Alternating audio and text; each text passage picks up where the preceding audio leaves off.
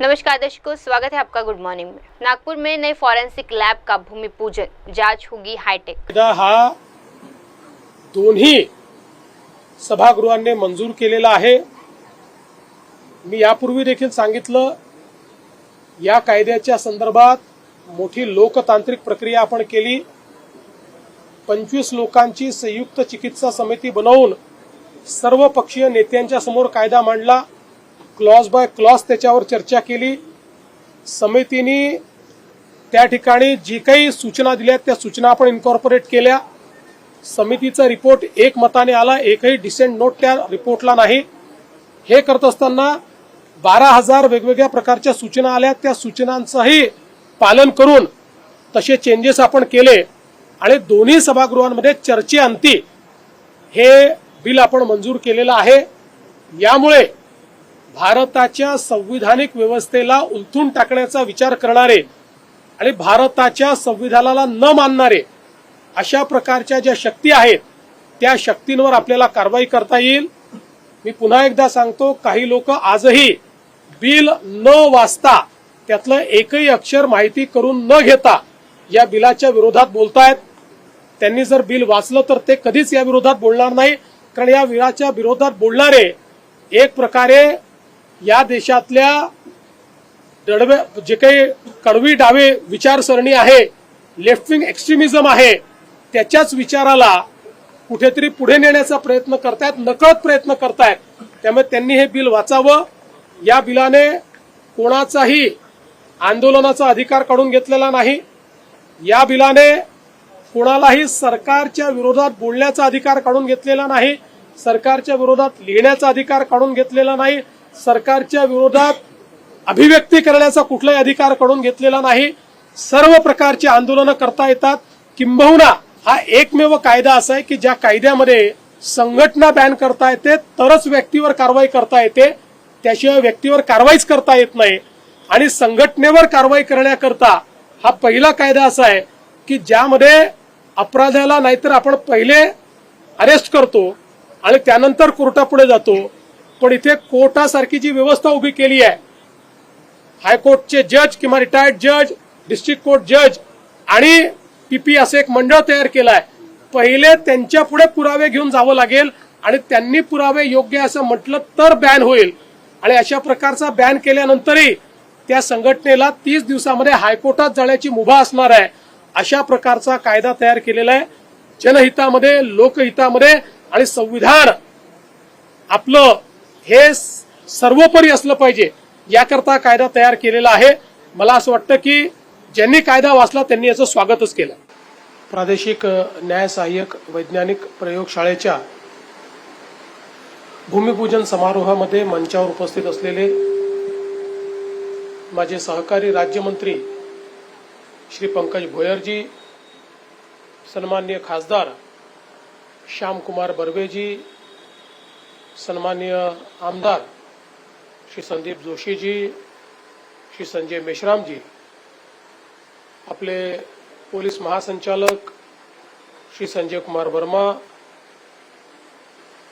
ज्यांच्या महामंडळाच्या माध्यमातून हे बांधकाम या ठिकाणी होणार आहे, ते आपल्या पोलीस गृहनिर्माण महामंडळाच्या प्रमुख सौ अर्चना त्यागी, आपले फॉरेन्सिक विभागाचे संचालक विजय ठाकरे, उपसंचालक अश्विन गेडाम, या ठिकाणी उपस्थित असलेले नागपूरचे पोलीस आयुक्त, आपले रेंज आयजी, सर्वच वरिष्ठ अधिकारी, उपस्थित सर्व फॉरेन्सिक विभागाचे अधिकारी आणि कर्मचारी आणि उपस्थित सर्व भगिनी आणि बंधूंनो, आज ही खरोखर अतिशय समाधानाची गोष्ट आहे की आपल्या प्रादेशिक फॉरेन्सिक लॅबच्या नवीन अत्याधुनिक इमारतीचं आपण भूमिपूजन केलं। मगाशी ठाकरे साहेब सांगत होते की जवळपास 60 वर्ष आपल्या प्रयोगशाळेला झाले। अर्थात ही ज्या इमारतीत आपण काम करतो ती काही 60 वर्ष जुनी नाहीये, पण ही इमारत अपुरी देखील होती आणि अनेक अडचणी होत्या, ज्याचा उल्लेख झाला की पावसाळ्यामध्ये पाणी गळायचं, अनेक वेळा रेकॉर्ड खराब व्हायचा, त्या ठिकाणी कमरेपर्यंत पाणी यायचं आणि म्हणून मागच्या काळातच आपण हा निर्णय केला की नागपूरची प्रादेशिक ही जी काही आपली फॉरेन्सिक लॅब आहे ही अत्याधुनिक झाली पाहिजे. करता करता जरा जास्त काळ निघून गेला, पण मला आनंद आहे की 2025 मध्ये का होईना आपण त्याचं भूमिपूजन केलं आहे. आणि त्यागी मॅडम किती दिवसात काम पूर्ण करणार? जानेवारी 27 आपण लिहून घेऊ, मॅडमनी सांगितलेलं आहे. जानेवारी 27 पर्यंत याचं काम हे या ठिकाणी निश्चितपणे पूर्ण होईल. आपल्याला कल्पना आहे की आपल्या संपूर्ण क्रिमिनल जस्टिस सिस्टीममध्ये फॉरेन्सिक लॅबचं महत्व हे अनन्यसाधारण आहे. आणि आता तर आपण जे 3 नवीन कायदे तयार केले, ज्याच्यामध्ये भारतीय न्याय संहिता असेल, भारतीय नागरिक सुरक्षा संहिता असेल आणि भारतीय साक्ष संहिता असेल, या सगळ्या कायद्यांनी आपल्याला विशेषतः फॉरेन्सिक एव्हिडन्स हा अत्यंत महत्वाचा केलेला आहे. आता तर विविक्षित गुन्ह्यांमध्ये फॉरेन्सिक व्हॅन घेऊन फॉरेन्सिक एव्हिडन्स गोळा करणं हे अनिवार्य करण्यात आलेलं आहे. आणि आपल्याला माहिती आहे की शेवटी अनेक वेळा आपण पाहतो ह्युमन एव्हिडन्स जो असतो, व्यक्ती जो असतो तो होस्टाईल होतो. पण फॉरेन्सिक एव्हिडन्स हा technical evidence, legal evidence, forensic evidence हा कधी होस्टाईल होत नाही. तो एका वेळेस चुकू शकतो, पण तो होस्टाईल होत नाही, तो खोटं बोलत नाही. आणि म्हणून एखाद्या गुन्ह्यामध्ये रेट ऑफ कन्व्हिक्शन वाढवण्याच्या दृष्टीनं त्या गुन्ह्याचा त्याची नीट निर्गती झाली पाहिजे आणि जो दोषी असेल त्या दोषीला शिक्षा मिळाली पाहिजे आणि हे सगळं कार्य वेगानं झालं पाहिजे. याकरता फॉरेन्सिक एव्हिडन्स हा अत्यंत महत्वाचा एव्हिडन्स आता झालेला आहे. आज आपण पाहतोय की एक काळ असा होता 2013 साली आपल्या महाराष्ट्राची जी काही या ठिकाणी रेट ऑफ कन्व्हिक्शन होता हा 9% होता.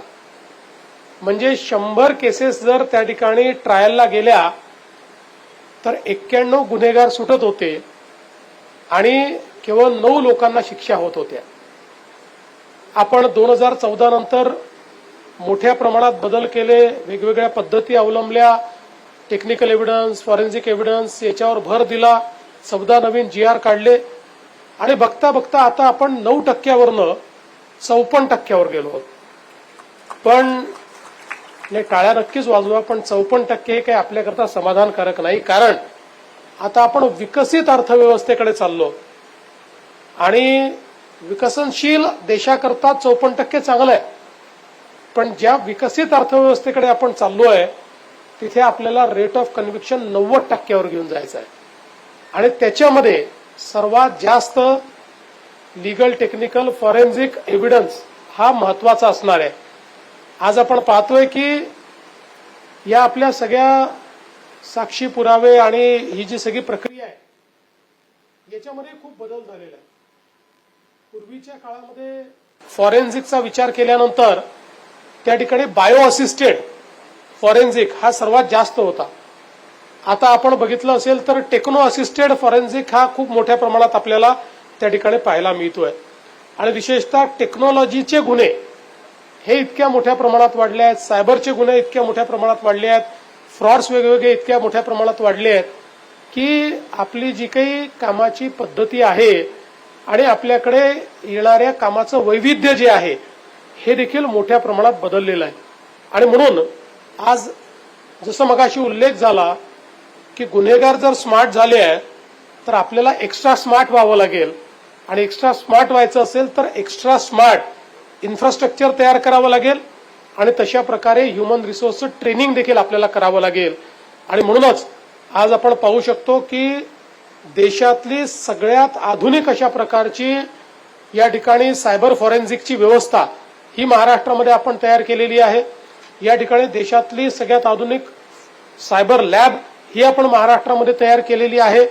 आज जी कॅपेबिलिटी महाराष्ट्राने तयार केलेली आहे ती आता अन्य कुठल्याही राज्याकडे नाही. किंबहुना अनेक राज्यातले लोक आता आपल्या महाराष्ट्रामध्ये येऊन आपल्याला विनंती करतायत की अशा प्रकारची लॅब आपण तयार करून द्या. आणि म्हणून मागच्या काळामध्ये आपण जे काही वर्मासाहेब जी काही नवी मुंबईला आपलं त्या ठिकाणी सायबर सेंटर सुरू केलं, आज आपण त्याचं कॉर्पोरेशन केलं आणि आपलं कॉर्पोरेशन आता अन्य राज्यांमध्ये जाऊन त्या ठिकाणी तशा प्रकारची व्यवस्था आता उभी करते आहे. किंबहुना आपल्याकडे तर आता काही वेगवेगळ्या देशातनंही अशा प्रकारे आमच्या देशात करून द्या ही मागणी आली आहे. त्यामुळे गुन्हेगाराच्या 2 पावलं पुढे राहिलं तरच गुन्ह्यावर आपण आळा घालू शकतो. आणि त्या दृष्टीने या सगळ्या व्यवस्था या अत्यंत महत्वाच्या आहेत आणि मला असं वाटतं की त्या आपण चांगल्या प्रकारे करतो. आजचे जे तिन्ही कार्यक्रम आहेत हे त्या दिशेनंच आपलं पाऊल आहे.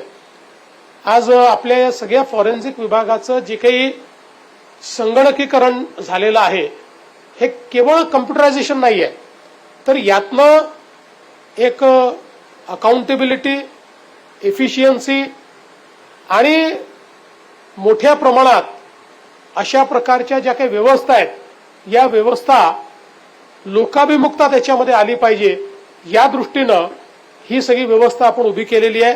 आणि म्हणून मग सेमी ऑटोमेटेड सिस्टीम असेल की ज्यातनं आता एका क्लिकवर कुठल्याही फॉरेन्सिक लॅबमध्ये काय चाललेलं आहे, त्यांनी काय रिपोर्ट तयार केलेले आहेत, त्यांच्याकडे किती पेंडन्सी आहे, या सगळ्या गोष्टी आपल्याला समजतील. आणि आपल्या डेटा सेंटरच्या माध्यमातून हा डेटा जो अत्यंत महत्वाचा आहे कुठल्याही गुन्ह्यामध्ये किंवा लिगसी डेटा म्हणू नये, हा आपल्याकरता अत्यंत महत्वाचा असलेला डेटा योग्य स्वरूपात हा आपल्याकडे राहणार आहे. मला असं वाटतं की आता आपले जे काही फॉरेन्सिकचे सगळे रिपोर्ट्स आहेत किंवा इथली जी सगळी व्यवस्था आहे ही हळूहळू आपल्याला ब्लॉकचेनमध्ये न्यावी लागेल. त्या दृष्टीने देखील आता ऑलरेडी आपण गेलेलो आहे, व्हेरी गुड, पण सरसकट गेलेलो नाही, अजून पूर्णपणे आपल्याला जायचं आहे. त्यामुळे कम्प्लीट ब्लॉकचेनमध्ये जाऊन त्याच्यातही कुठे टॅम्परिंग, कुठे काही गडबड करण्याची कुणाला संधी, ही देखील संधी राहता कामा नये या दृष्टीनं येत्या काळामध्ये आपल्याला काम करायचं आहे. मला खरं म्हणजे या गोष्टीचा आनंद आहे की मागच्या काळात आपण प्रत्येक जिल्ह्यामध्ये फॉरेन्सिक लॅब असली पाहिजे हा प्रयत्न केला. त्याच्यानंतर मग जिल्ह्यांना मोबाईल फॉरेन्सिक लॅब दिली. आता तर आपण इतक्या मोठ्या प्रमाणात मोबाईल फॉरेन्सिक लॅब तयार करतो की गुन्ह्याच्या ठिकाणी त्या मोबाईल आपल्या लॅब जाऊन योग्य प्रकारे क्राईम सीन सिक्युअर करणं आणि क्राईम सीनवरनं जे काही आवश्यक अशा प्रकारचा मुद्देमाल असेल किंवा तिथलं जे काही साक्षीच्या दृष्टीनं आवश्यक गोष्टी असतील त्या जमा करणं, त्याचं काही प्रोसेसिंग तिथे करणं, काही लॅबमध्ये करणं, अशा सगळ्या गोष्टी आता येत्या काळामध्ये अत्यंत चांगल्या पद्धतीनं आपण करताना दिसू आणि त्याचा निश्चितपणे आपल्या या क्रिमिनल जस्टिस सिस्टीममध्ये आणि वेळेत न्यायदान या दृष्टीनं अत्यंत फायदा होईल. कारण आपल्यापैकी प्रत्येकाला दामिनी पिक्चरचा तो डायलॉग आठवतो, तारीख पे तारीख पे तारीख. तर असं तारीख पे तारीख होऊ नये म्हणून आता कायद्यानेही व्यवस्था केलेली आहे की 2 पेक्षा जास्त डेट्सच मागता येणार नाहीत. आता जी काही डिफेन्स आहे ते 2च डेट्स मागू शकतील, पण ज्यावेळेस ते 2 डेट्स मागू शकतील अशी अवस्था होईल त्यावेळी जर याच्यावर जाऊन अडलं की ठीक आहे पण फॉरेन्सिकचा रिपोर्टच आलेला नाही त्यामुळे आता पुढचं काही होऊ शकत नाही, अशी अवस्था येऊ नये म्हणून या कॅपेबिलिटीज आपण वाढवतो. आणि म्हणूनच मी अशी सूचना केली होती की खरं तर आपण विचार केला तर फॉरेन्सिक विभागाने चांगलं काम केलंय. आपण जर 2023च्या तुलनेत 24 मध्ये जवळपास आपली एफिशियन्सी 22% आपण वाढवलेली आहे, जास्त केसेस आपण केलेल्या आहेत. पण लिगसी केसेसची संख्या ही खूप मोठी आहे आणि म्हणून मी अशी सूचना केली होती की ज्या लिगसी केसेस आहेत आपल्या कामाचा वेळ वाढवून आणि त्याचसोबत आपल्याला आवश्यकतेप्रमाणे काही खासगी अशा प्रकारचं टेम्पररी मॅनपॉवर घेऊन आपण त्या ठिकाणी आउटसोर्सिंगच्या माध्यमातून लिगसी जेवढ्या केसेस आहेत त्या सगळ्या आपण पार केल्या पाहिजे, जेणेकरून आपलं केसचं जे सायकल आहे म्हणजे आज केस आली तर एका विविक्षित याच्यात 1 आठवड्यानी, एका विविक्षित याच्यात 1 महिन्यानी, असं जे काही त्याचं सायकल असेल त्या सायकल प्रमाणेच आपली पेंडन्सी असली पाहिजे. आणि मला आनंद आहे की फॉरेन्सिक विभागाने त्याला अतिशय चांगल्या प्रकारचा रिस्पॉन्स दिला.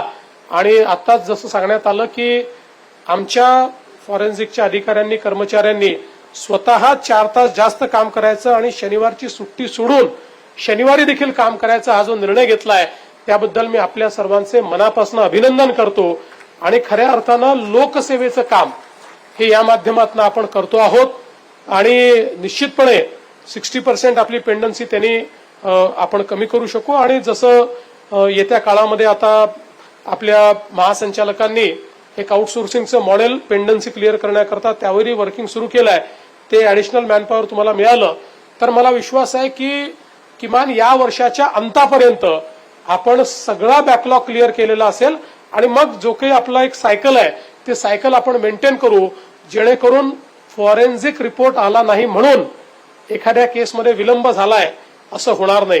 विशेषतः आता आपण नवीन रेकॉर्ड तयार करतोय.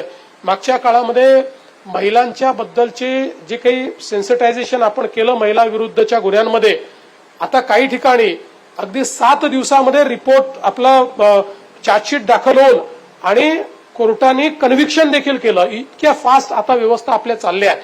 आपल्याला त्याच व्यवस्थेकडे जायचं आहे. त्यामुळे सेन्सिटिव्ह गुन्ह्यांमध्ये फॉरेन्सिकचा रिपोर्ट हा तातडीने जर आला तर त्या दृष्टीनं आपला चार्जशीट दाखल करून त्या गुन्ह्याला कन्व्हिक्शनकडे नेण्यात एक मोठी मदत होईल. आणि म्हणून मी पुन्हा एकदा फॉरेन्सिक विभागाचे आपले डीजी असतील, संचालक असतील, उपसंचालक असतील, सगळ्यांचं मनापासून अभिनंदन करतो. आपल्या व्यवस्थापकीय संचालक आपले जे पोलीस गृहनिर्माण मंडळ आहे त्यांचंही मनापासून अभिनंदन करतो आणि वेळेत काम करा. मी माझी तारीख ही तुम्ही जानेवारी 27 म्हटलंय, मी फेब्रुवारी 27 ची माझी तारीख राखून ठेवतो की ज्या दिवशी आम्ही सगळे या ठिकाणी त्याचं उद्घाटन करण्याकरता निश्चितपणे येऊ, हा विश्वास मी व्यक्त करतो आणि पुन्हा एकदा आपल्या सर्वांचे आभार मानून माझे 2 शब्द संपवतो. जय हिंद, जय महाराष्ट्र. खूप खूप धन्यवाद.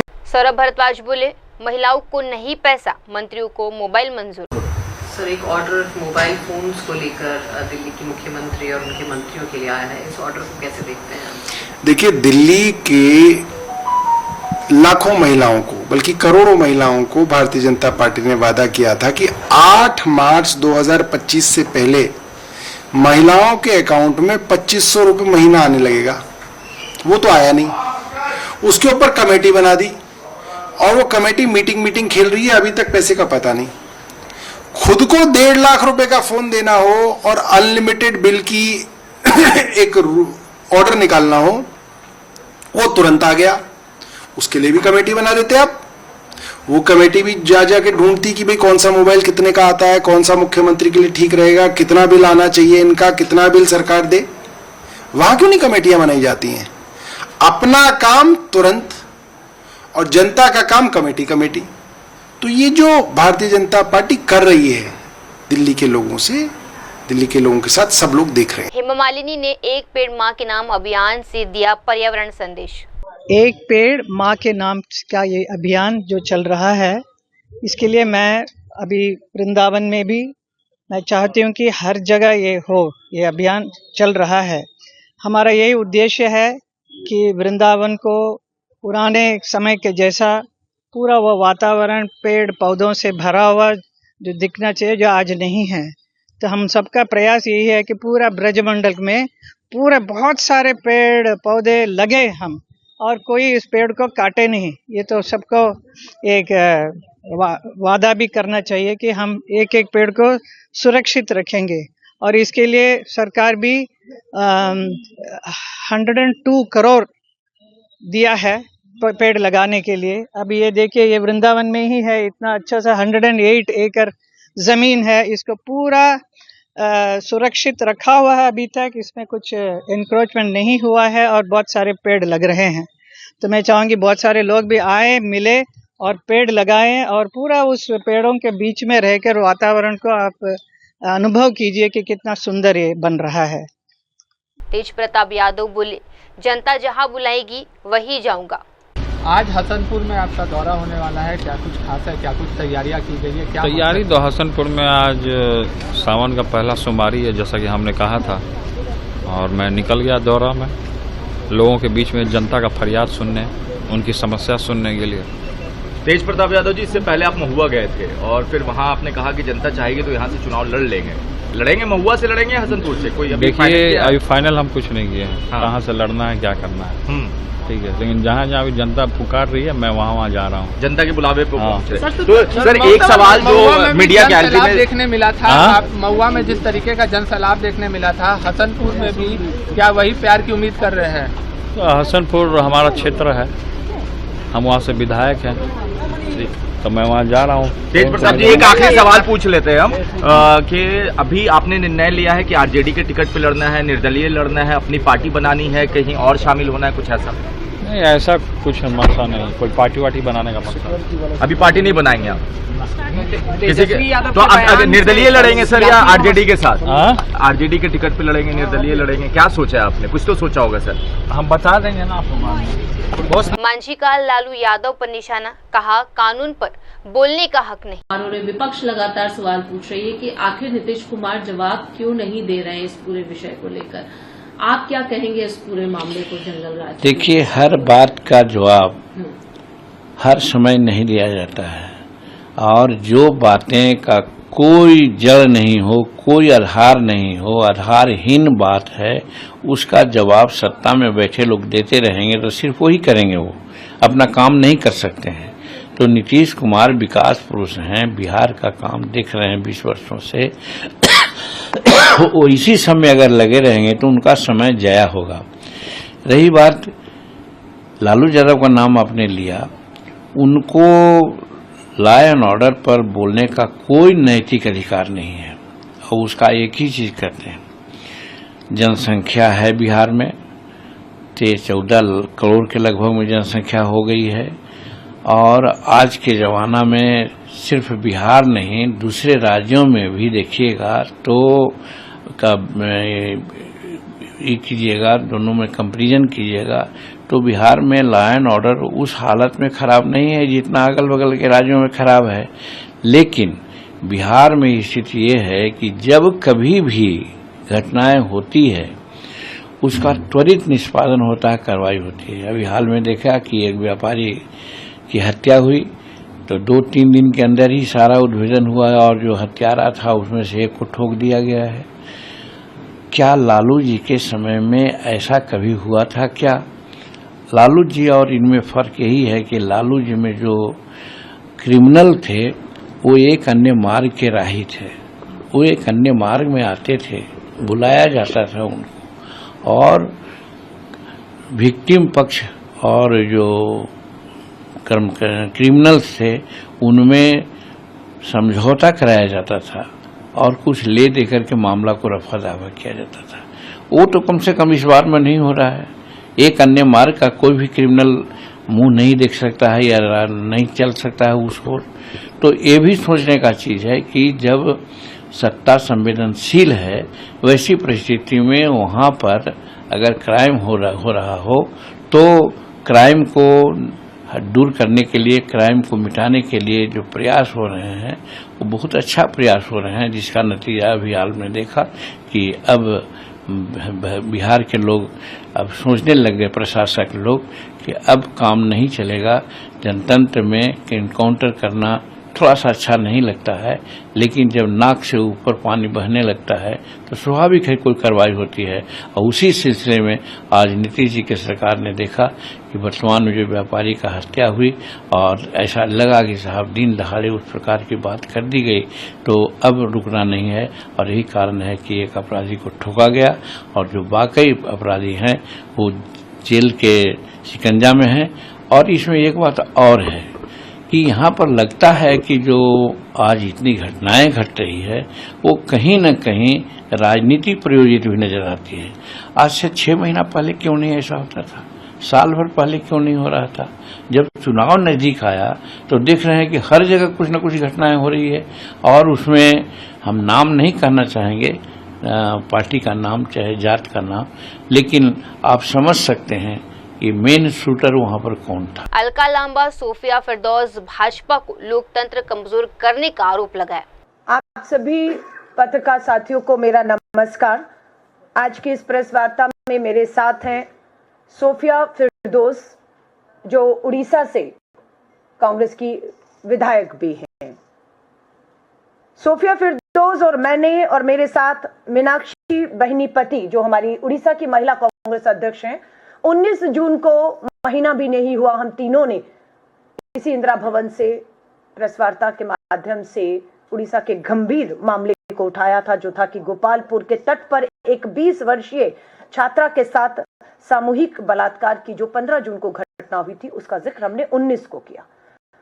आज बहुत दुख के साथ कहना पड़ रहा है कि एक महीना भी नहीं हुआ है, आज 14 जुलाई को एक बार फिर से हमें आपके सामने आकर इस गंभीर चिंता को रखना पड़ रहा है कि उड़ीसा बेटियों के लिए मौत का कुआं बनता चला जा रहा है।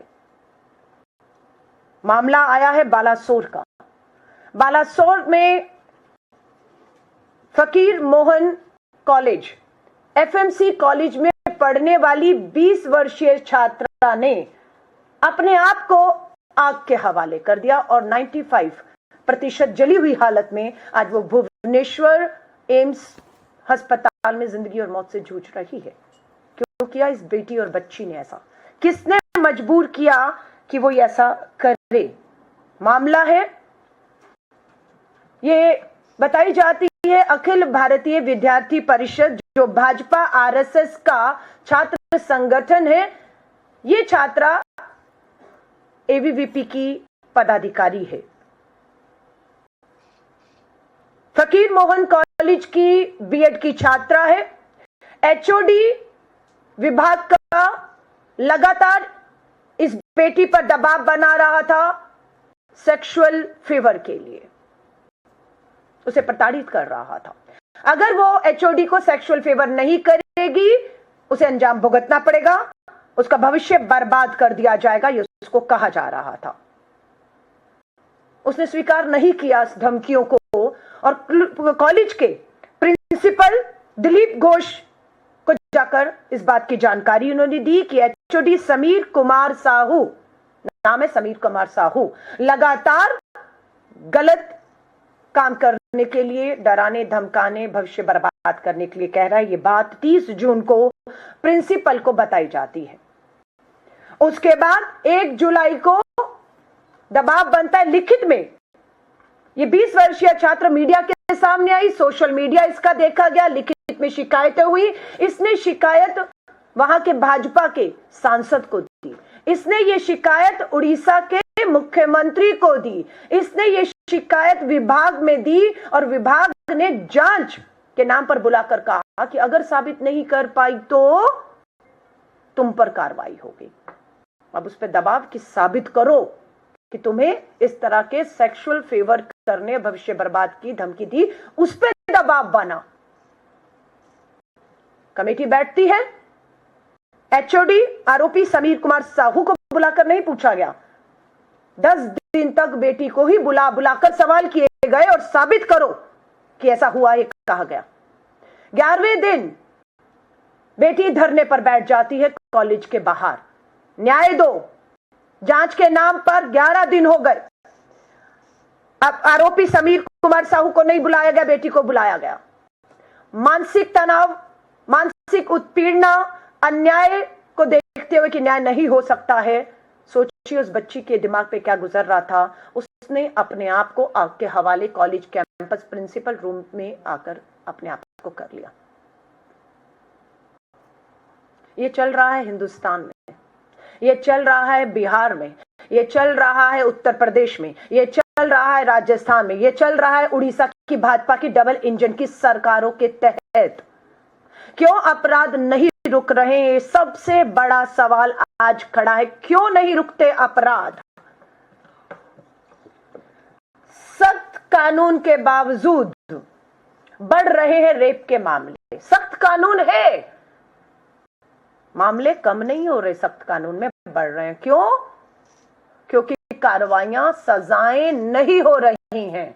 जिस दिन कार्रवाई होगी, सजा होगी, फांसी के तख्तों पर हर महीने 2-3 दोषी झूल जाएंगे, तब खौफ पैदा होगा।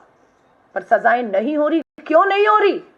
क्योंकि इस मामले में भी हमारी जो विधायक साथी हैं सोफिया फिरदौस ने, जब अभी मेरी चर्चा हो रही थी इनसे इस प्रेस कॉन्फ्रेंस होने से पहले कि आप महिलाएं, आप विधायक हैं, आप सदन में हैं, क्यों नहीं ये हो रहा है? और अभी तो 1 साल हुआ है उड़ीसा की सरकार बने हुए। यूपी और बिहार में डबल इंजन की भाजपा की सरकारों में संरक्षण मिलता है, बेटियों के अपराधियों को समझ आता है, लेकिन एक साल में इतना कैसे कि श्री राहुल गांधी जी भी अभी 11 जुलाई को उड़ीसा की धरती पर थे, भुवनेश्वर पर थे।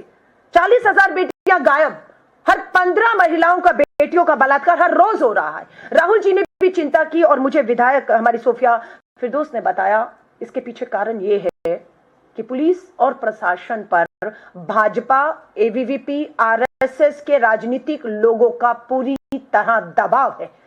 आपको अधिकतर भाजपा आरएसएस के लोग थानों में बैठे हुए मिलेंगे। प्रशासन को परेशान करते हुए, काम से रोकते हुए, दबाव बनाते हुए, अपराधियों को बचाने के लिए जो भी अपराध करता है वो भाजपा के नेताओं के घर पहुंचता है और भाजपा के नेता थाना और पुलिस प्रशासन में जाकर दबाव बना देते हैं कि इस पे कार्रवाई नहीं होनी चाहिए। इसीलिए समीर कुमार साहू को पत्र किसने लिखा? बीजेपी के सांसद ने लिखा। स्थानीय बालासोर के भाजपा के सांसद पत्र लिखते हैं प्रिंसिपल को कि समीर कुमार साहू पर आरोप लगे हैं, जांच होने तक इन्हें हटाया जाए। क्यों नहीं हटाया गया? एक सांसद की, भाजपा का सांसद है, उसकी नहीं सुनी जा रही है। एबीवीपी की, अखिल भारतीय विद्यार्थी परिषद की छात्रा कह रही है। आप सोच लीजिए कि जिस बेटी की पहुंच उसी की अपनी पार्टी, सत्ता, सरकार, विधायक, मंत्री, प्रधानमंत्री जी अभी थे वहां पर। 1 साल पूरा किया, प्रधानमंत्री जी ने रोड शो किया। इस बच्ची ने उनसे भी तब भी मिलने की कोशिश की। प्रधानमंत्री जी 1 साल में उड़ीसा की दूसरी बेटियां को छोड़ो, आपकी अपनी संगठन की बेटियां सुरक्षित नहीं है, ये कहने के लिए उसने पूरा प्रयास किया, पर प्रधानमंत्री जी तक जाने से इन्हें रोका गया। सांसद का पत्र लेकर वो खड़ी थी, लेकिन क्यों नहीं मिलने दिया गया? सवाल पूछना चाहिए आप लोगों को। और आज उड़ीसा से ही हमारी देश की महामहिम राष्ट्रपति आदरणीय द्रौपदी मुर्मू जी आती हैं, और इस समय द्रौपदी मुर्मू जी कहां है? इस समय द्रौपदी मुर्मू जी भुवनेश्वर के उसी एम्स अस्पताल में है। कन्वोकेशन वहां का 5 साल पूरे होने पर कोई सेलिब्रेशन हो रहा है, उसी अस्पताल में है जिस अस्पताल में ये बच्ची 95% जली हालत में जिंदगी और मौत से जूझ रही है। डॉक्टर बता रहे हैं बहुत मुश्किल है। हम आदरणीय द्रौपदी मुर्मू जी, देश की महामहिम राष्ट्रपति जी से निवेदन करते हैं, आप उड़ीसा की अपनी जन्मभूमि पर हैं और उसी अस्पताल में है जिसमें 95% जली हुई हालत में ये छात्रा और इसका एक साथी जो इसे बचाने में खुद भी आग की लपेट में आ गया, 70% जली हालत में उनका एक जो है छात्र सहयोगी भी है। हिम्मत करिए, मिलिए उनसे, जाकर मिलिए। यह बहुत चिंता की बात है कि बिहार, उत्तर प्रदेश, राजस्थान, उत्तराखंड, आपका उड़ीसा में सरकार भाजपा की, भाजपा के नेता पूरी तरह से, एक नहीं अनेकों उदाहरण हैं। हरियाणा का मामला, Vinesh Phogat, Brijbhushan Sharan, FIR supreme court के कहने पर होती है। आज उस एफआईआर के बाद भी पुलिस ने आज तक ब्रजभूषण को बुलाकर उस मामले को ठंडे बस्ते में डाला है। कोई पूछताछ, कोई जांच, कोई इंक्वायरी, कोई सजाएं, कुछ नहीं है। ये बहुत से उदाहरण अपराधियों की हिम्मत को बढ़ा रहे हैं और इसमें भाजपा पूरी तरह से शामिल है। मैं सिर्फ आपको भाजपा के इस 1 साल के शासन काल के अपराध के आंकड़े, सिर्फ 1 साल में 2,14,113 मामले 1 साल में आए हैं। बलात्कार कितने हुए मात्र भाजपा के सत्ता में आने से अब तक? ये मार्च तक के आंकड़े हैं जो मुझे बताया गया विधानसभा और नेशनल क्राइम रिकॉर्ड ब्यूरो के अनुसार, जो है मार्च तक, इसमें जून, जुलाई, अगस्त अभी ये जो है हमारे 2 महीने शामिल हैं। बलात्कार हुए हैं 3054 बेटियों के साथ। 3054 बेटियां बलात्कार की शिकार हुई हैं। इसमें हत्याएं जिन बच्चियों की हुई हैं, महिलाओं की 1260 हत्याएं हो चुकी हैं इस 1 साल में, और बलात्कारों में 8% 1 साल में इजाफा हुआ है। एसिड अटैक की घटनाएं 9 हुई हैं इसमें। 9 बेटियों को, महिलाओं को एसिड से जलाया गया है।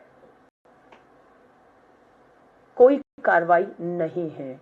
सरेआम एसिड बिक रहा है, अपराधी खरीद रहा है, डरा रहा है, धमका रहा है। बेटियां अगर डर धमकाई में नहीं आ रही तो उन पे एसिड फेंक दिया गया। 9 बेटियां झुलसी हुई अपना इलाज करा रही हैं। आज सरकार बताए आए, कितनों को सजा मिली, कितनी बेटियों को आपने मुआवजे देकर, वकील देकर, उनकी जिंदगियों को, अस्पतालों में जो जिंदगी मौत से लड़ रही है, आपके क्या प्रयास है? आज देश के प्रधानमंत्री जिसे हम सवाल करते हैं, जो 1 साल का जश्न पे वहां थे, लेकिन अखिल भारतीय विद्यार्थी परिषद की इस छात्रा की गुहार सुनने के लिए उनके पास समय नहीं था। आज महामहिम राष्ट्रपति जी, आप उड़ीसा के भुवनेश्वर के एम्स में हैं, आप उस बच्ची को मिलेंगी या नहीं मिलेंगी, न्याय मिलेगा या नहीं मिलेगा, बताइए। आज पीठ थपथपाई जा रही है जब बच्ची ने अपने आप को, बच्ची झूठ बोल रही है, हक के हवाले कर दिया उसने अपने आप को, और अभी भी आपको लगता है कि जांच होगी, दोषी कौन है पता किया जाएगा, कि दोषी वो बेटी है या दोषी आपका एचओडी समीर कुमार साहू या प्रिंसिपल जिन्हें कार्रवाई करनी चाहिए थी और सब बचाने में लगे हुए थे। ये मामला अति गंभीर हो चुका है। राष्ट्रीय अध्यक्ष आदरणीय मल्लिकार्जुन खड़गे साहब ने एक डेलीगेशन भी हमारी सांसदों का, और दीपा दास मुंशी जी कांग्रेस की वरिष्ठ महिला, हमारी पूर्व मंत्री, पूर्व सांसद, उनके नेतृत्व में भेजा था, और वो रिपोर्ट वहां पर जाकर उन्होंने पीड़िताओं से, उनके परिवारों से मुलाकात की, और एक पूरी व्यापक रिपोर्ट उन्होंने कांग्रेस अध्यक्ष को वापस लौटने के बाद सौंपी भी है। मुझे पूरी उम्मीद है समय पर वो रिपोर्ट भी आपके सामने आएगी, जो इस सरकार को और अपराधियों को बचाने को, किस तरीके से ये सरकार आतुर है और न्याय नहीं मिल रहा, इसे बेनकाब करेगी। भारतीय राष्ट्रीय कांग्रेस की तरफ से हर तरीके का प्रयास हो रहा है, चाहे हमारे नेता राहुल गांधी जी वहां गए हों, विश्वास दिलाकर आए हों कि आप जब आवाज देंगे मैं खड़ा हूं, लेकिन इस तरह की महिलाओं के खिलाफ अपराध और जघन्य जिस तरह से अन्याय हो रहा है उसे बर्दाश्त नहीं किया जाएगा। और दुख की बात है कि 1 महीने के अंदर मुझे और मेरी साथी को दोबारा इस तरह के मामलों को लेकर आपके बीच में आना पड़ रहा है, लेकिन बात यह है कि ये कब तक होगा। जब हम कहते हैं कि रोज 15 बलात्कार हो रहे हैं, तो आज भी और कल भी ऑन एन एवरेज 15 बलात्कार, यानी कि हम रोज आपके सामने आके गुहार लगाएंगे, लेकिन जिन्हें कार्रवाइयां करनी है वो मूक दर्शक बनकर अगर बैठे रहेंगे, सजाएं नहीं देंगे, न्याय नहीं करेंगे, पुलिस प्रशासन पर पूरी तरह से भाजपा के, आरएसएस के, अखिल भारतीय विद्यार्थी परिषद के दबाव रहेगा, तो न्याय नहीं हो पाएगा। मुझे मालूम है अभी कल ही मेरी महिला कांग्रेस की अध्यक्ष मीनाक्षी जी और आप एम्स गई थी, वो 90% हालत में जली हुई अखिल भारतीय विद्यार्थी परिषद की वो छात्रा को मिलने गई थी, और एबीवीपी के छात्र संगठन ने पूरी घेराबंदी करके हमारी दोनों महिला नेता को अस्पताल में उस पीड़िता, उस परिवार से, डॉक्टर से सच्चाई जानने से रोकने की पूरी कोशिश की, मिलने नहीं दिया गया। आप हमें रोक लीजिए, मत में हमें पीड़िता उसके परिवार से मिलने दीजिए, नहीं सच्चाई सामने आने दीजिए, क्योंकि आप बेनकाब होंगे, लेकिन महामहिम राष्ट्रपति जी आप उसी अस्पताल में आज घंटों बिताएंगी, भाषण होगा, आप जरूर मिलिएगा और न्याय दिलाइएगा इस बच्ची को। हमारी यही गुहार है। मैं आमंत्रित करती हूँ सोफिया जी को कि आप अपनी बात को रखें। नमस्कार। आज एक बार फिर से उड़ीसा सुर्खियों में है, लेकिन विकास के लिए नहीं, फिर से महिलाओं के विरोध जो अपराध हो रहा है, और हमारी उड़ीसा की बेटी फकीर मोहन ऑटोनॉमस कॉलेज बालेश्वर की 20 साल की बच्ची एक योद्धा के लिए, जो कि सिस्टम के फेलियर को एक्सपोज करके गई है। आज उड़ीसा की बेटी के हिसाब से, एक जन प्रतिनिधि के हिसाब से, मैं आज आप लोगों के सामने केवल निंदा करने के लिए यहाँ नहीं बैठी हूँ, लेकिन मांग कर रही हूँ न्याय के लिए। उसके साथ सिस्टमिक जो रिफॉर्म और अकाउंटेबिलिटी होनी चाहिए, उसकी मांग करने के लिए आज दिल्ली में आई हूँ।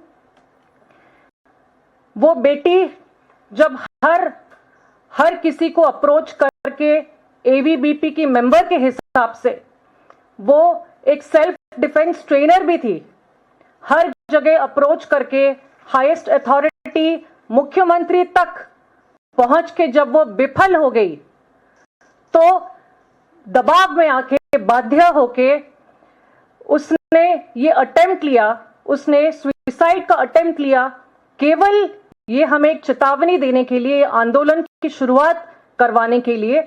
वो लड़की ने कॉम्प्रोमाइज नहीं किया, वो लड़की ने सरेंडर नहीं किया, उसने कोई दबाव उसके ऊपर काम नहीं करा, लेकिन वो अपना जान देने के लिए चली गई, लेकिन सरेंडर नहीं की वो। तो वो एक चेतावनी देके गई है।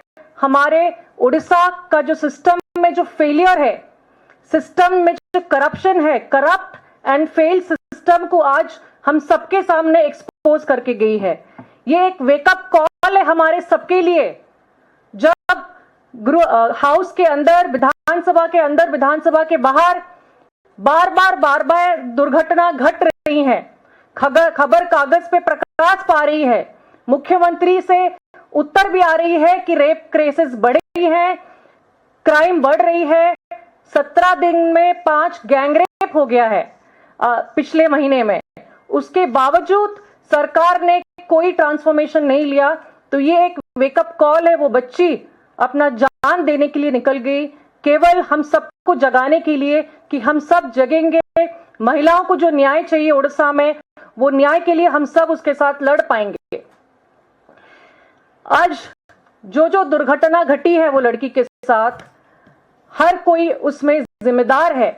सबसे ज्यादा जिम्मेदार जो है, आज मैं डिमांड करती हूं कि मुख्यमंत्री एक मॉरल ग्राउंड पे रेजिग्नेशन दे, क्योंकि वो उड़ीसा को 1 साल के अंदर कहां से कहां पहुंचा दिए हैं। उसके साथ जुडिशियल इंक्वायरी मस्ट है ये केस में।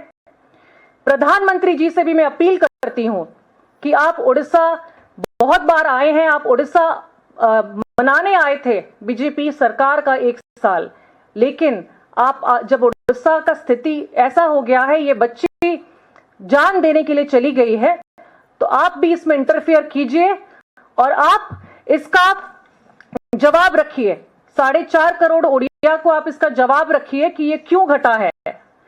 इसके साथ हम डिमांड करते हैं कि जो रिफॉर्मेशन और road map clear cut Orissa को आपको देना ही पड़ेगा। तो ये आपके माध्यम से हम पहुंचाना चाहते हैं कि ये बहुत ही गंभीर इशू है। ये इशू को हम सब इकट्ठे लड़ पाएंगे, सिस्टम पे प्रेशर दे पाएंगे, क्योंकि महिला हर जगह आप देखेंगे, हॉस्पिटल के अंदर भी महिला के अगेंस्ट में क्राइम घट रहा है। स्कूल की बच्ची प्रेग्नेंट हो रही हैं, 6 क्लास की, 10 क्लास की बच्चियां। कॉलेज में ये दुर्घटना घट गई है। कहीं पे भी महिला सुरक्षा नहीं है हमारे राज्य में, और आज ये सरकार को जवाब देना होगा, हमारी मांगों पे काम करना होगा। धन्यवाद।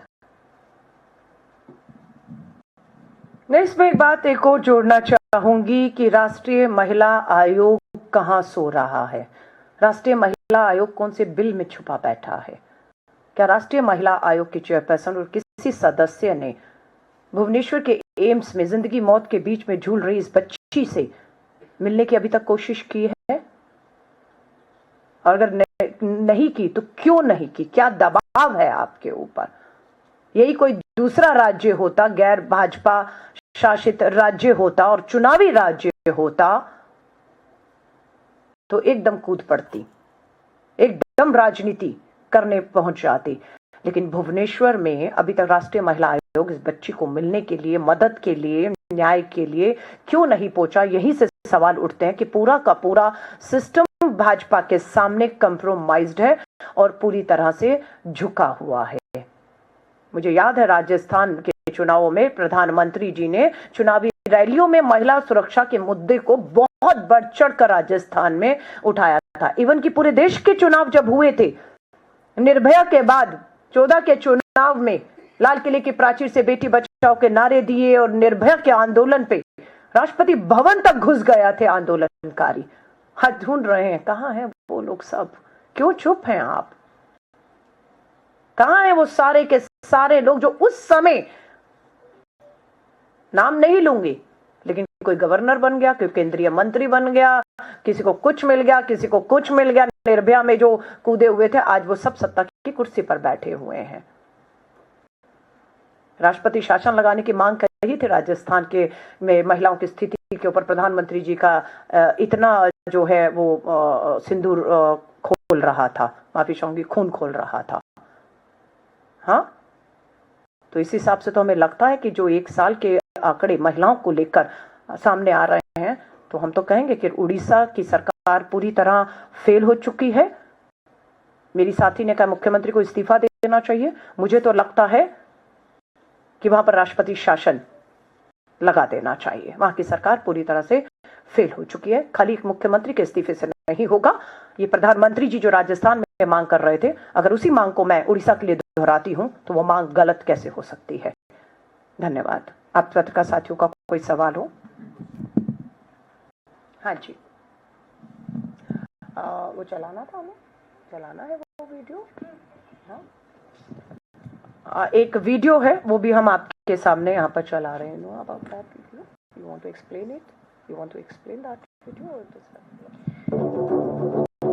ये वीडियो में बच्ची जलती हुई दिख रही है। उसके साथ बच्ची ने मीडिया को एड्रेस भी किया था। कंप्लेन लॉन्च करने के बाद इंटरनल कंप्लेंट कमेटी को, जो आपको दिखने को मिलेगा, अभी बहुत नाजुक है उसका कंडीशन।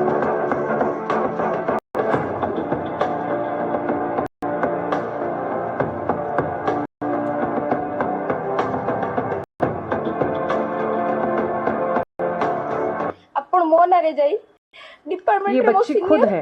मो बेचमेंट को मो विरोध रे कोई तांकोठु एप्लीकेशन लिखिकी मो नारे सिग्नेचर मारी अपन प्रिंसिपल को मो एग्नेस्ट रे अपन एप्लीकेशन देले। तापरे मते समस्त एक घरे करिसंती। मो सांग माने बहुत कथा पचारसंती। काली मते कॉलेज रे ना नहुनी किंतु किछि अध्यापिका मते चेष्टा करतन मो स्टेटमेंट चेंज करिया पई। मते कहिसंती सार एमती नंती सेमती नंती। इतना दबाव डाला गया उसके ऊपर, उसके मेंटल हेल्थ के ऊपर, उसका ये हैरेसमेंट के अगेंस्ट में इतना ज्यादा उस पर मानसिक दबाव डाला गया, फिर भी बच्ची को हिम्मत देखिए, उसने सरेंडर नहीं किया। एक ट्वीट के जरिए से उसने मुख्यमंत्री, वहां के बाकी मंत्री, एमपी, एमएलए सबको भी टैग किया है, बट उसका कोई जवाब, कोई उत्तर नहीं मिला। उस कंप्लेन में उसमें लिखा भी कि मैं सुसाइड कर दूंगी, फिर भी कोई अटेम्प्ट, कोई एक्शन नहीं लिया, जबकि वो फोटो भी डाली है वो अक्यूज्ड का। तो ये राज्य बेटी बचाओ की बात करते हैं बीजेपी, लेकिन बीजेपी हो गई है आरोपी, अक्यूज्ड बचाओ। My question is, are you going to join hands with BJD in fighting against this heinous crime? Because Congress doesn't have much foothold in Odisha. So in this great cause, are you ready to join hands with BJD to fight against BJP? Let me tell you, if you have seen the performance in the last 1 year, Congress has risen as the strong and the only opposition party in Odisha. We have raised every issue in detail. We have fought at every place against all the issue.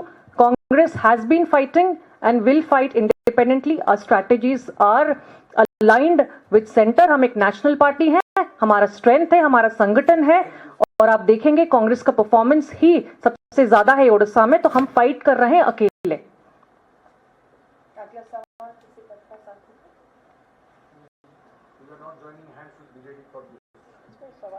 देखिए, इसमें हाथ मिलाने या ना मिलाने की बात सवाल ही नहीं है।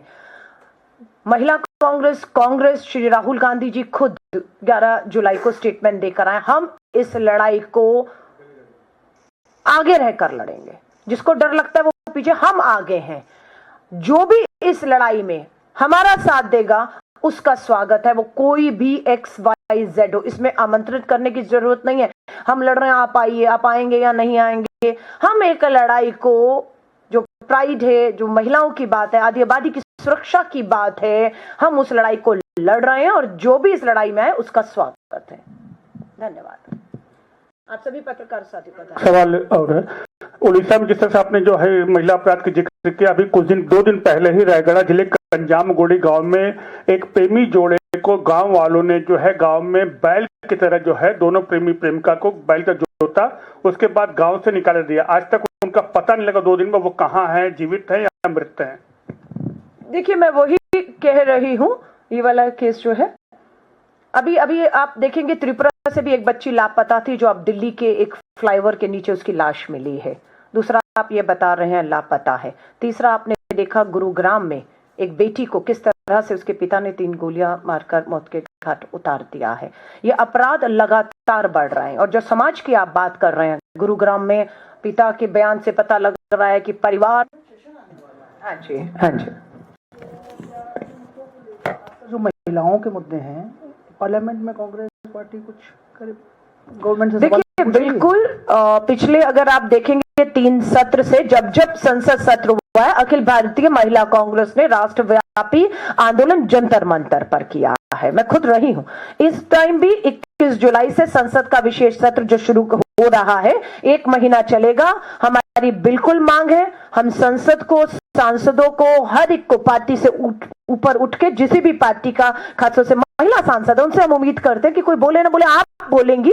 इसलिए महिला कांग्रेस एक मुहिम के तहत हर सांसद को मिल रही है ताकि इस संसद सत्र में महिलाओं से, उनकी सुरक्षा से जुड़े, अपराधों से जुड़े मामलों पर व्यापक चर्चा हो, चर्चा ही ना हो, कार्रवाइयां अपराधियों पर हो, इसका दबाव बनाया जाए। राजनीतिक हस्तक्षेप और संरक्षण जो दिया जा रहा है सत्ताधारी पार्टियों द्वारा अपराधियों को, वो रुकना चाहिए। तो महिला कांग्रेस की तरफ से पूरी तरह से इस संसद सत्र का भी पूरी तरह इसका घेराव, दबाव और हम हर प्रयास करेंगे कि यहां पर ये मुद्दा गंभीरता से चर्चा में इस बार रहे।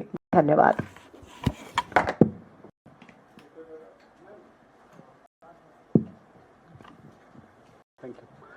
मैम, हम देखते हैं अक्सर हिंदुस्तान में पुराना इतिहास रहा है कि जब भी महिलाओं के साथ कोई इस तरह का अपराध होता है तो पुलिस बहुत तेज एक्शन लेके एफआईआर दर्ज करती है, अरेस्ट करती है। लेकिन पिछले कुछ वक्त से देखा जा रहा है उत्तर प्रदेश में भी, और अब स्पेशली जब उड़ीसा का ऐसा मामला आया, पुलिस कहाँ फेल हो जाती है मैम? क्या प्रेशर है, किस तरह का सिस्टम है, ऐसा क्यों हो रहा है कि एफआईआर दर्ज होने में टाइम लगता है? एक लड़की जो कंप्लेन कर रही है सब जगह जाके, उसके बावजूद भी उसकी कंप्लेंट सुनी नहीं जा रही और उसको अपने आप को आत्मदाह करने की नौबत तक आ गई। ऐसा क्यों हो रहा है कि पूरा सिस्टम पुलिस का चरमरा रहा है मैम? देखिए, मैंने फिर कहा, पुलिस प्रशासन पे पूरी तरह से सत्ताधारी राजनीतिक दल जो डबल इंजन चल रहा है, दिल्ली से भी दबाव बनाते हैं, वहां से भी दबाव बनाते हैं पुलिस पर। इसलिए पुलिस को जो काम करना चाहिए वो दबाव के कारण नहीं करती है। दिल्ली में तो आपके पास उदाहरण है, मैं दोबारा दोहरा रही, विनेश फोगाट की एफआईआर दिल्ली पुलिस ने करने की हिम्मत ही नहीं दिखाई। इतना दबाव देश के गृह मंत्री का था उनके ऊपर। सुप्रीम कोर्ट की फटकार के बाद तो एफआईआर, दिल्ली राजधानी का ये नजरिया है, नजारा है, तो आप सोच लीजिए पूरे देश में क्या हालत होगी। पुलिस की हिम्मत नहीं होती। पुलिस ही अगर पुख्ता सबूत समय रहते कार्रवाइयां करे तो वो मामले कोर्ट में भी टिकते हैं। अगर समय रहते पुलिस ने दबाव में सबूत ही नहीं इकट्ठे किए, गवाह ही नहीं किए, डराना धमकाना सुरक्षा नहीं दी, पलट गए समय के साथ, तो कानून अदालतों में वो मामले टिकते नहीं हैं। आप समझ रहे हैं? तो शुरू में ही कंप्रोमाइज होता है। और जैसे मेरी विधायक साथी ने बताया कि पूरा बीजेपी के नेताओं का, आरएसएस के नेताओं का दबाव रहता है, क्योंकि अपराध करने बाद अपराधी इन्हीं के पास जाता है संरक्षण के लिए और वो संरक्षण इन्हें देते हैं। इस मामले में भी आप देखा दीजिए कि जो एचओडी है उसको कहीं ना कहीं एचओडी बनवाना, एचओडी रखना, उस पर कार्रवाई ना होने देना, समीर कुमार साहू पर आप देखेंगे तो इसके लिंक, इसके तार, ये पारिवारिक तौर से भी किसी आरएसएस के परिवार से जुड़कर ये नौकरी भी पाए होंगे, तो वो भी बने होंगे। इसीलिए इतने कुछ होने के बाद भी कार्रवाई नहीं। आज भी बेटी को ही साबित करना है तो बता दीजिए। और मुझे नहीं मालूम वो बेटी की जो हालत है 95% जलने के बाद भी उसको अब क्या है, हम दुआएं कर रहे हैं कि वो सुरक्षित रहे, वो ठीक रहे। लेकिन आपको भी मालूम है 95% जलने के बाद अभी भी आप कहेंगे कि बेटी साबित करें इंक्वायरी कमेटी के आगे आकर? आपको सस्पेंड ही तो करना था, आपने सस्पेंड नहीं किया और आज कहते हैं गिरफ्तारी कर ली। अरे कोई एहसान नहीं किया। बेटी ने अपने आप को इतने लंबी लड़ाई संघर्ष के बाद बिना झुके, कंप्रोमाइज किए, आत्मदाह अपने आप को आग के हवाले किया है। और अभी भी आप कहेंगे कि बेटी साबित करे। अभी भी पुलिस कहेगी कि अब जो पीड़िता थी वो तो नहीं बयान दे पा रही है, तो उसके बयानों के अभाव में और सबूत के अभाव में आपने जो है ये भी बरी हो जाए तो कोई बड़ी बात नहीं है, क्योंकि संरक्षण है पीछे। तो दुर्भाग्य है, दुख की बात है, सिस्टम पूरा कंप्रोमाइज है, भाजपा और भाजपा के नेताओं, आरएसएस के नेताओं के दबाव में काम कर रहा है। मंत्री प्रियांक खड़गे बोले, केंद्र उद्घाटन में राज्य की भागीदारी नहीं चाहता। अहमदाबाद में फर्जी हथियार लाइसेंस रैकेट का पर्दाफाश, 7 आरोपी गिरफ्तार। पुलिस के वरिष्ठ अधिकारी और एटीएस के वरिष्ठ अधिकारियों की ओर से ऑर्गेनाइज क्राइम पे फोकस करने के लिए सभी पुलिस अधिकारियों एटीएस को सूचना दिया गया था, और वो सूचना के अंतर्गत मुझे इन्फॉर्मेशन मिला था कि अहमदाबाद शहर में कई लोगों के पास लाइसेंस उत्तर प्रदेश एटा डिस्ट्रिक्ट से इश्यू हुए हैं, वो लाइसेंस बोगस हैं, सही लाइसेंस नहीं है। उस इंफॉर्मेशन के हिसाब से हमारे पुलिस इंस्पेक्टर श्री के बी सोलंकी को इन्वेस्टिगेशन दिया गया, और इन्वेस्टिगेशन में पता चला कि इन लोगों के पास जो लाइसेंस है वो बोगस है। उस हिसाब से एटीएस की अलग अलग टीमें बनाई गई, और टीमों ने वहाँ पे रेड किया, और जो एक्यूज पकड़ा है हमारे पास 7, वो 7 के पास से 7 वेपन रिकवर हुए हैं और 285 राउंड इश्यू हुए हैं, वो हमने रिकवर किया है। और 7 लोगों के अलावा इसके साथ के 2 और एक्यूज है, उसको भी डिटेन कर लिया गया है, उनका भी आज अरेस्टिंग होगा। और 7 एक्यूज का जो हम लोगों ने रिमांड लिया है वो तारीख 16 तक का है। सर, पकड़े गए आरोपियों में कौन इस मामले का मास्टरमाइंड है और कब से ये लोग इस प्रकार से लाइसेंस जारी कर रहे हैं? जो मास्टरमाइंड है वो वहाँ एटा डिस्ट्रिक्ट का रहने वाला देवकांत पांडे है, और उनके एसोसिएट है राजू चौहान, जो यहाँ बापूनगर साइड रहने वाला है, और दूसरा है श्याम सिंह ठाकुर। उन्होंने कुछ मदद की है, इन हिसाब से वो पूरा बोगस लाइसेंस का लाइन सेट हुआ है, और इन लोगों ने बीच में से पैसा दिलवाया, और उस हिसाब से लाइसेंस इश्यू हुआ। सर, कई लोगों ने काफी पैसे लेकर के ये लाइसेंस खरीदे हैं, तो कहाँ से कितने पैसे दिए, लाइसेंस के साथ उनको हथियार भी दिए थे, क्या था? 7 जो एक्यूज को अरेस्टिंग किया है उसमें जो मिला है इंफॉर्मेशन हमारे पास, तो मुकेश सिंह ने 7 लाख दिए हैं, अभिषेक ने 5 लाख, वेद प्रकाश ने 11 लाख, राजेंद्र सिंह ने 7 लाख, अजय सिंह सेंगर ने 7 लाख, सोले सिंह सेंगर ने 11 लाख, और विजय सिंह भूरे सिंह ने 5.5 लाख रुपये दिए हैं, और लाइसेंस लिए हैं, और उसके साथ हथियार भी दिए। सर, ये जो लाइसेंस जारी हुए हैं वो कहाँ से जारी हुए हैं? लाइसेंस फर्जी हैं या उनकी जांच करनी बाकी है? लाइसेंस फर्जी है, ये जो एक्यूज है उसने जो बताया है उस हिसाब से हमको प्राइमरी एविडेंस मिले हैं, उस हिसाब से इनको अरेस्ट किया गया है। ये उत्तर प्रदेश के एटा डिस्ट्रिक्ट के अथॉरिटी के द्वारा दिया गया है। गोवा में प्रमोद सावंत ने शुरू की रो फेरी सेवा, ट्रैफिक से मिलेगी राहत। भोजरा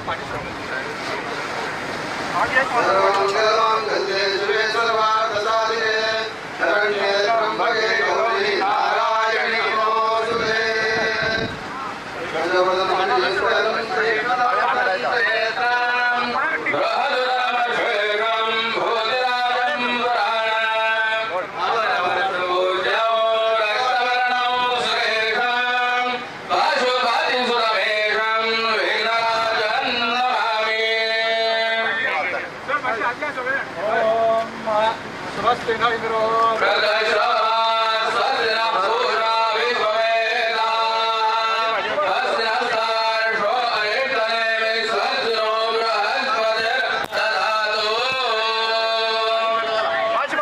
अरे भटनाचं नाव त्यांचा होतं तुम्ही आणि त्याला चालवा बरं किती मारता तुम्ही वैर पळत नाही वैर पळत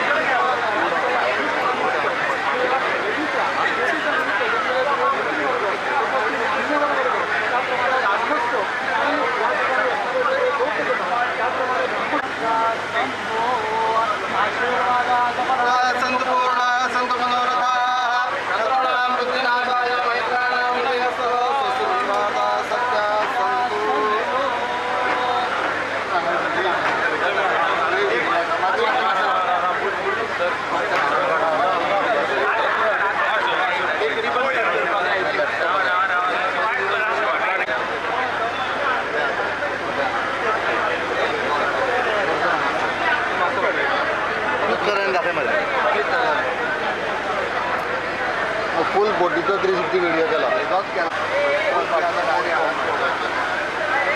कोणाला खंय रावन तुमची बोट असतली बाबा सर आम्ही एक फोटो घेणार आम्ही वर्सन घेणार दुसरी जागेवर घेऊया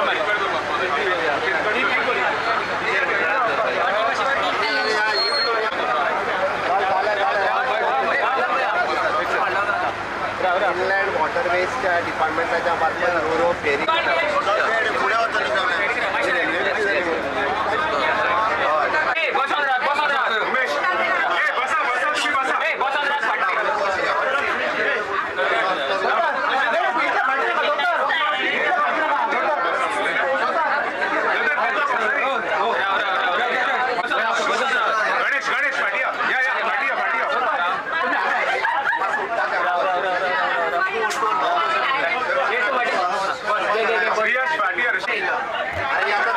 रामदास आठवले बोले, मोदी की पहल से शिवाजी के 12 किले यूनेस्को सूची में शामिल। मुझे लगता है कि वर्ल्ड रिकॉर्ड में यूनेस्को में मतलब छत्रपति शिवाजी महाराज के जो 12 किले हैं जो पूरे महाराष्ट्र में हैं और छत्रपति शिवाजी महाराज ने वो किलों में मतलब वहाँ बहुत बड़ा काम किया था और मुगलों को रोकने का काम उन्होंने किया था।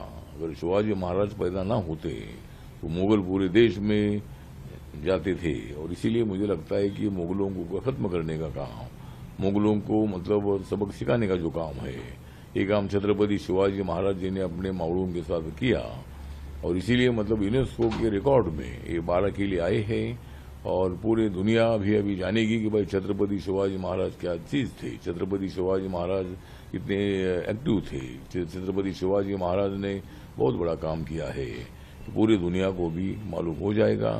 इसीलिए माननीय नरेंद्र मोदी जी ने इसकी पहल की थी और शिवाजी महाराज के 12 किले जो है यूनेस्को के रिकॉर्ड में आए हैं और पूरी दुनिया भी जानेगी कि शिवाजी महाराज कितने बड़े आदमी थे। सीएम रेखा गुप्ता बोली, हर नागरिक को बेहतर इलाज का हक।